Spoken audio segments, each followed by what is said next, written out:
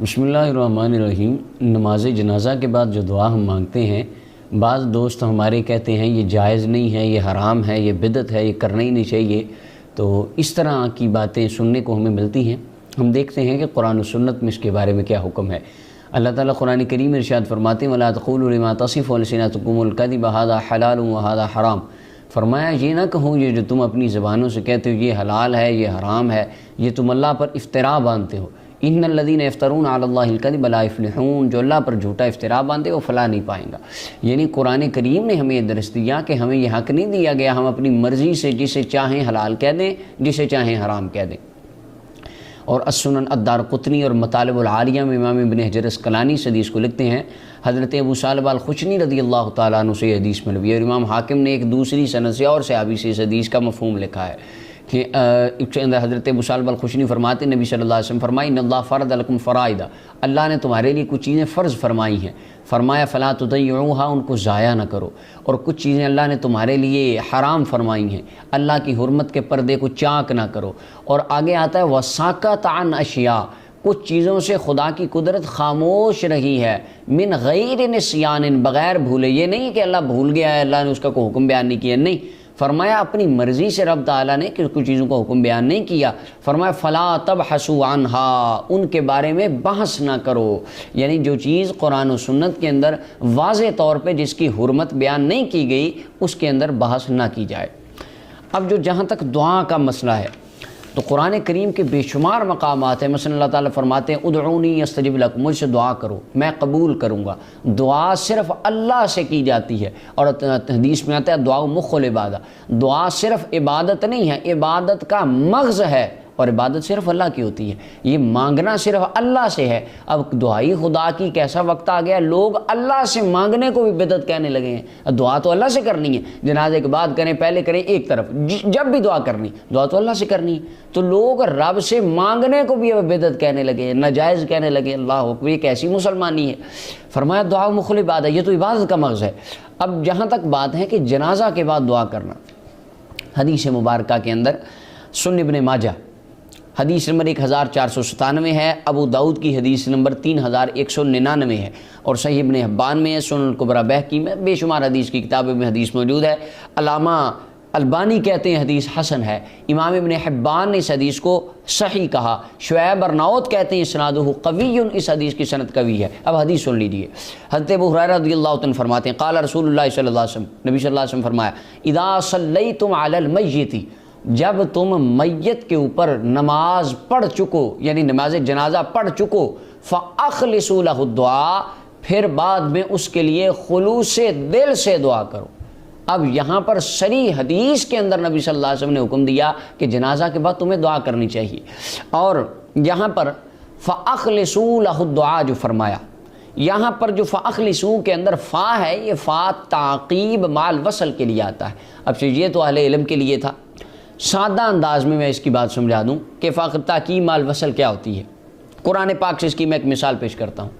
اللہ تعالیٰ جمعے کا ذکر فرماتے ہوئے اللہ تعالیٰ ارشاد فرماتے ہیں فَإِذَا قُضِيَتِ الصَّلَاةُ، جب نماز پڑھ لی جائے، ادا کر دی جائے، فَانْتَشِرُوا، پھر بعد میں یعنی نماز پڑھنے کے بعد زمین میں پھیل جاؤ، وَابْتَغُوا مِنْ فَضْلِ اللَّهِ، رزق تلاش کرو۔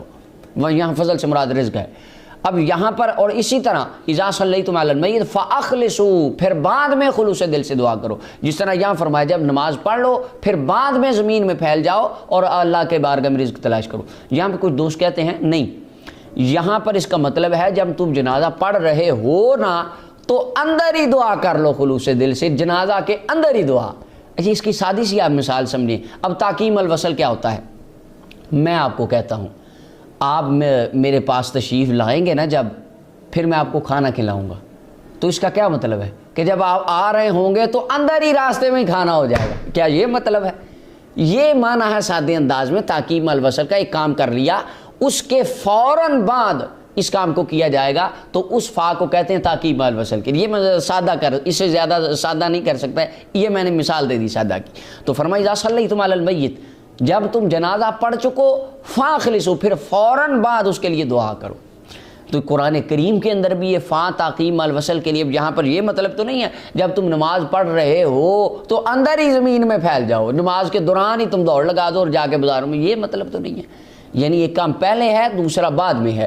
فرمایا نماز جمعے کی پہلے ہے، پھیلنا زمین میں رزق کے لیے بعد میں ہے، میرے پاس آنا پہلے ہے، کھانا بعد میں ہے۔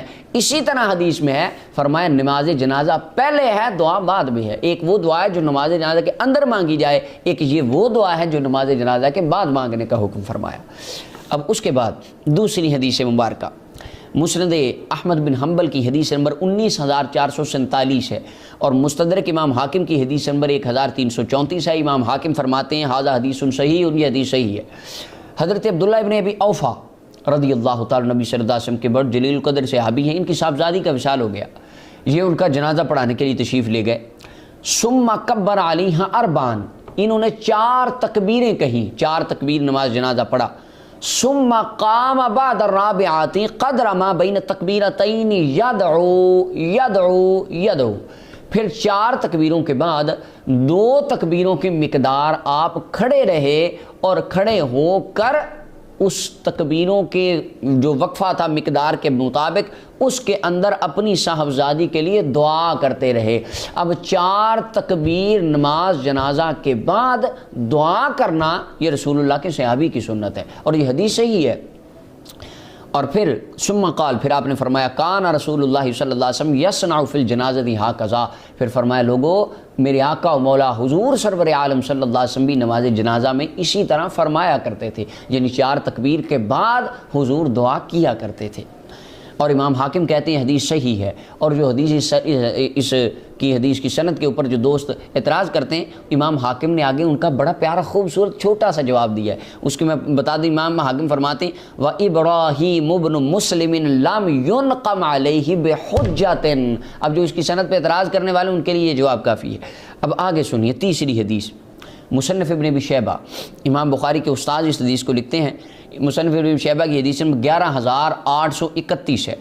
عمیر ابن سعید فرماتے ہیں صلیت مع علی علی یزید بن المکفف، ایک تابعی مولا علی کے شاگرد فوت ہو گئے، تو فرماتے ہیں ہم نے ان کے اوپر میں نے جنازہ پڑھا مولا علی کے ساتھ، فکبر علیہ اربعا، مولا علی نے 4 تکبیر نماز جنازہ پڑھا، ثم مشا، پھر آپ چلے، یہ نہیں کہ جنازے کے اندر ہی دعا کر لی، اندر نہیں کی، جنازہ پڑھ لیا، 4 تکبیر نماز جنازہ ہو گئی، ثم مشا حتی اتاہ، پھر پیدل چل کے قدموں کے ساتھ چل کے ان کے جسم اقدس کے پاس، میت کے پاس، چارپائی کے پاس گئے، فقال، اور پھر جا کر دعا مانگی اللہم عبدک وابن عبدک نزل بک اليوم فاغفر لہ، اللہ یہ تیرا بندہ ہے، تیرے بندے کا بندہ ہے، آج تیری بارگاہ میں آ گیا ہے تو اس کو بخش دے، اس کی قبر کو حد بد البصر تک کشادہ کر دے، اللہ ہم تو اس کے بارے میں خیر جانتے، بڑا اچھا بندہ تھا، تو زیادہ جانتا ہے، اس کی بخشش کے لیے، اس کی قبر کی کشادگی کے لیے جنازے کی 4 تکبیروں کے بعد پیدل چل کے، جس طرح ہمارے علماء کہتے ہیں صفیں توڑ دیں، 2 قدم چل لیں، کیوں؟ یہ مولا علی کی سنت مبارکہ ہے، چل لو،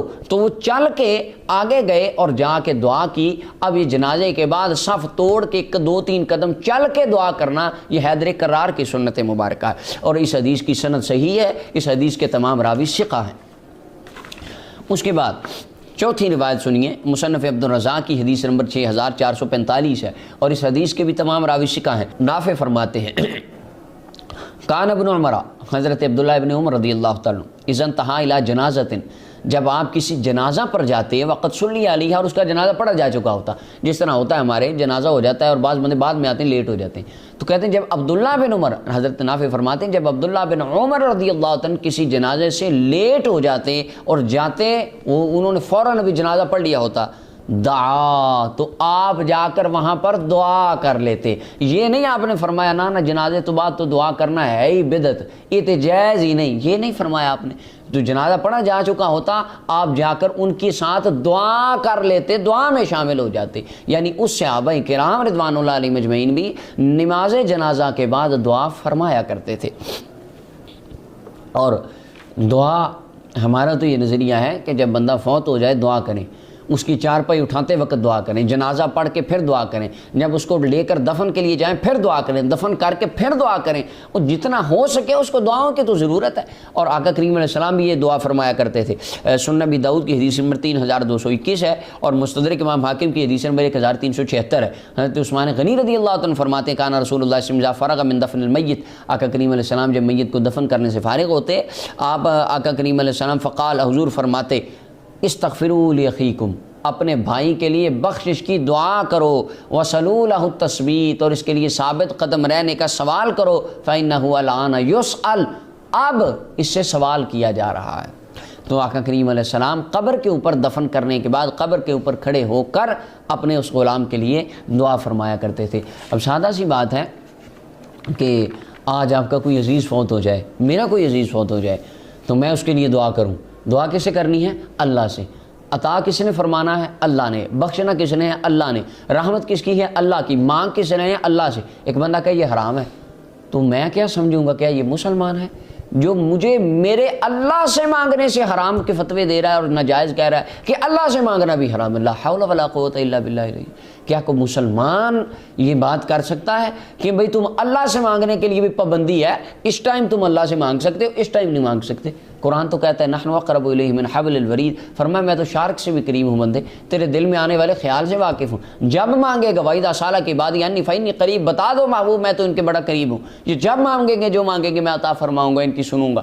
اور فرمایا انی سمیع، میں جتنا میں سنتا ہوں کائنات میں سنتا ہی کوئی نہیں۔ اور بندہ کہہ رہا ہے نہیں، جو اتنا سنتا ہے، جو اتنا قریب ہے، جو دیتا ہے، جو کائنات کا مال کے کل خال کے کل، اس سے مانگنا بھی جائز نہیں۔ جنازے کے بعد نہ مانگے، بعد میں مانگے، یہ کسی نے آپ کو حد بندیاں لگا دی؟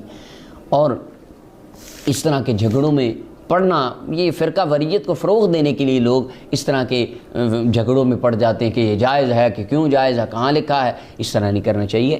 حالانکہ معتدل جو حضرات ہیں، مفتی فرید الدین دیوبندی صاحب، یہ علماء دیوبند کے بہت بڑے عالم ہیں، ان کا فتاویٰ فریدیہ ہے، جلد 1 ہے، صفحہ 298 ہے، اس کے اوپر ان سے سوال کیا گیا، ان کا فتاویٰ ہے، اس میں سوال جو لکھا ہے، سوال کیا گیا نماز جنازہ کے بعد دعا کرنا مکروہ ہے یا مشروع؟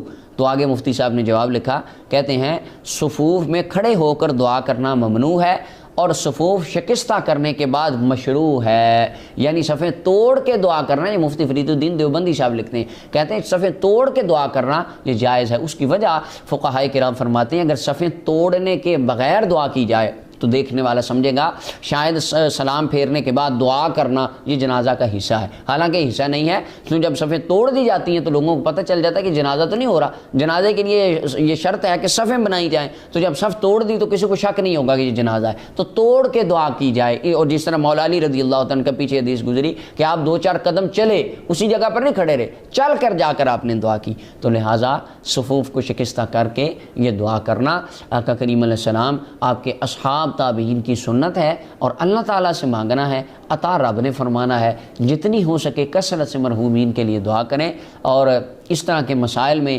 اختلاف قائم کر کے فساد کو فروغ دینے کی بالکل ضرورت نہیں ہے۔ اللہ تعالیٰ ہمیں حق سمجھنے کی توفیق عطا فرمائے۔